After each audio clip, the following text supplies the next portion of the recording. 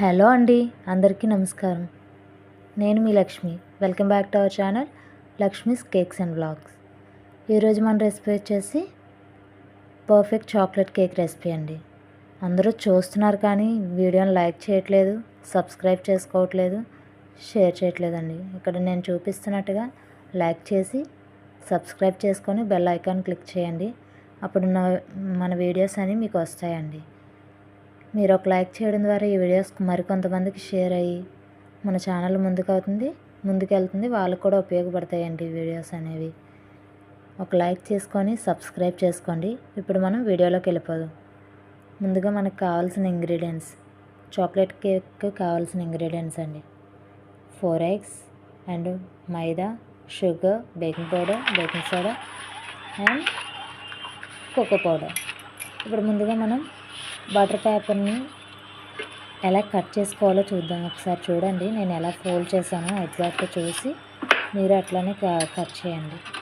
Cut చేసి మన cake టిన్ ఉంది కదా, దానికి మధ్యలోకి పెట్టుకొని చెక్ చేసుకుంటే మీకు కరెక్ట్గా సైజ్ అనేది వచ్చేస్తుందండి. అలా ఈజీగా కట్ చేసేసుకోవచ్చు మనం బటర్ పేపర్ అనేది. దాన్ని కట్ చేసుకొని మనం ఆయిల్ అప్లై చేసి బటర్ పేపర్ వేసి గిన్నెను పక్కన పెట్టుకుందాం. ఒకవేళ మీ దగ్గర బటర్ పేపర్ కానీ లేకపోతే కనుక ఆయిల్ అప్లై చేసిన తర్వాత కొంచెం మైదా పిండిని మొత్తం చల్లుకోండి. అలా అయితే కేక్ కొంచెం అతుక్కుపోకుండా మాడిపోకుండా ఉంటుందండి. అందుకనేసే మైదా పిండి అయినా బటర్ పేపర్ అయినా వేయడం అనేది. అది తర్వాత ఇప్పుడు మనం పిండిని అన్నీ జల్లించుకుందాం. ఒక బౌల్ తీసుకొని జల్లెడ తీసుకొని 1 కప్ మైదా.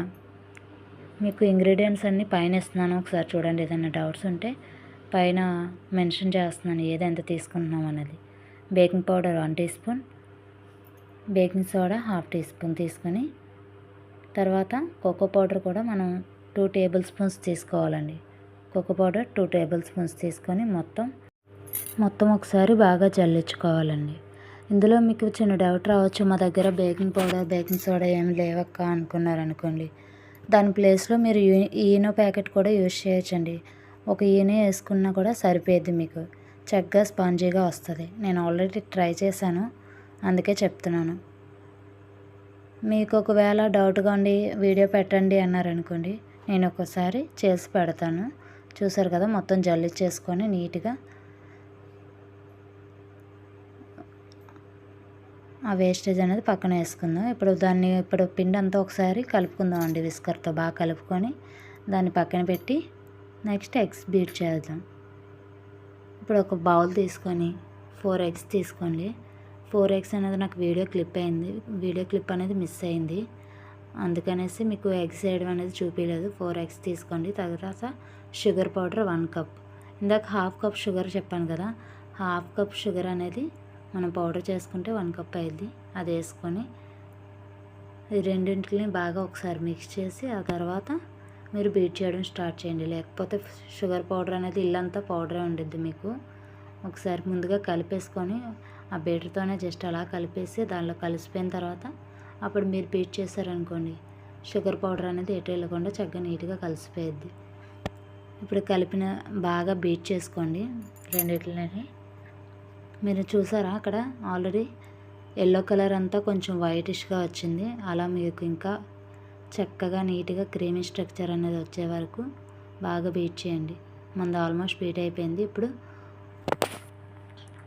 పక్కన మా బాబు అన్నీ వేసేస్తున్నాడు.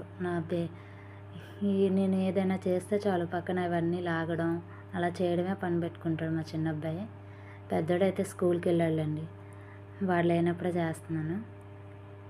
చూసారు కదా, మనకి ఆల్మోస్ట్ రెడీ అయిపోయింది ఈ egg and sugar powder recipe అనేది. ఇప్పుడు దీనిలో మనం ఒక 1/2 కప్పు ఆయిల్ తీసుకుందామండి. 1/2 కప్పు ఆయిల్ అనేది మనకి ఫ్లేవర్లెస్ వాడితే మంచిదండి.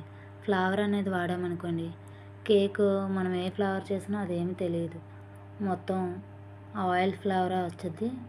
కేక్ సన్ఫ్లవర్ ఆయిల్ యూజ్ చేస్తున్నాను ఇక్కడ, మీరు కూడా అది యూజ్ చేస్తే బాగుంటుంది.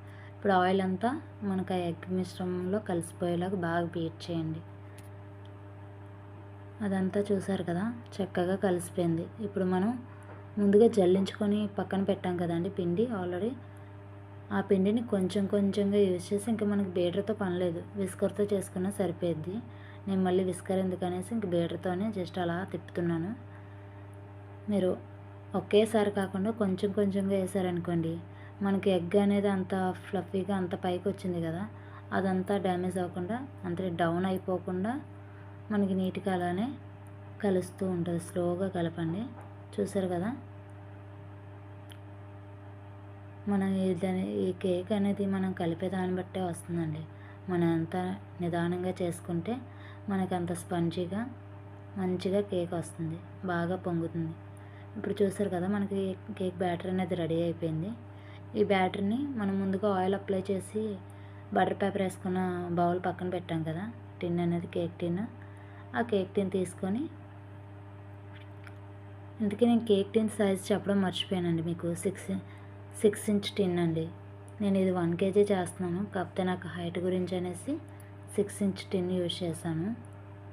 చూసారు కదా, ఇప్పుడు బ్యాటర్ అనేది ఒకసారి చూడండి మీరే, కన్సిస్టెన్సీ అనేది ఎలా ఉందన్నది. చూసారా, రిబ్బన్ కన్సిస్టెన్సీ వచ్చింది. ఇలా ఉంటే మీకు పర్ఫెక్ట్గా ఉన్నట్టు. మీరు ఇప్పుడు నేను చెప్పిన కొలతలన్నీ యూజ్ చేసి కనుక మీరు కేక్ చేస్తే ఖచ్చితంగా మీకు మంచి రిజల్ట్ వస్తుందండి. పర్ఫెక్ట్గా వస్తుంది కేక్ అనేది. ఒకసారి ట్రై చేసి చూడండి. ఇప్పుడు గిన్నెని 2 times ట్యాప్ చేసి ఒకసారి టూత్పిక్తో అలా రౌండ్గా ఒక 2 times అలా తిప్పారనుకోండి, మరీ పెద్దగా ఎక్కువ ఎయిర్ బబుల్స్ అనేవి రావండి, చక్కగా స్పాంజీగా పొంగుద్ది. ఇప్పుడు మనం బేకింగ్ టైం వచ్చేసి మనకి 35 to 40 minutes సరిపోయిద్దండి. ముందుగా ఫ్రీ హీట్కి 10 minutes పెట్టుకోవాలి, అది మాత్రం మర్చిపోకండి. మీరు ఈ బ్యాటర్ రెడీ చేసేటప్పుడే ముందుగా పెట్టేసుకోండి. ఇప్పుడు దానిలో పెట్టేసుకొని 35 minutes పట్టింది నాకైతే. చూసారు కదా ఎంత చక్కగా పొంగిందో, చక్కగా బేక్ అయిపోయింది. ఒకసారి టూత్పిక్తో గుచ్చి చూడండి, ఏం అంటుకోకుండా ఉంటే చక్కగా తీసేయండి.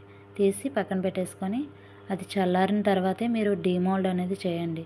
ముందుగా డీమోల్డ్ చేసామనుకోండి, మొత్తం వేడి మీద డీమోల్డ్ చేస్తే కనుక మీకు కేక్ అనేది సరిగ్గా బయటికి రాదు, విరిగిపోయినట్టు వచ్చేస్తుంది. ఇప్పుడు చల్లారిన తర్వాత మీరు డీమోల్డ్ చేసుకొని చక్కగా లేయర్స్ కట్ చేసుకొని, అది మీరు కూల్ కేక్స్కైనా నార్మల్ కేక్స్కైనా ఎటువంటి కేక్కైనా యూజ్ చేసుకోవచ్చండి. ఈ స్పాంజ్ అనేది అంత స్పాంజీగా ఉంది. ఈ వీడియో కనుక మీకు నచ్చినట్లయితే ఒక లైక్ చేసుకొని షేర్ చేసి సబ్స్క్రైబ్ చేయండి.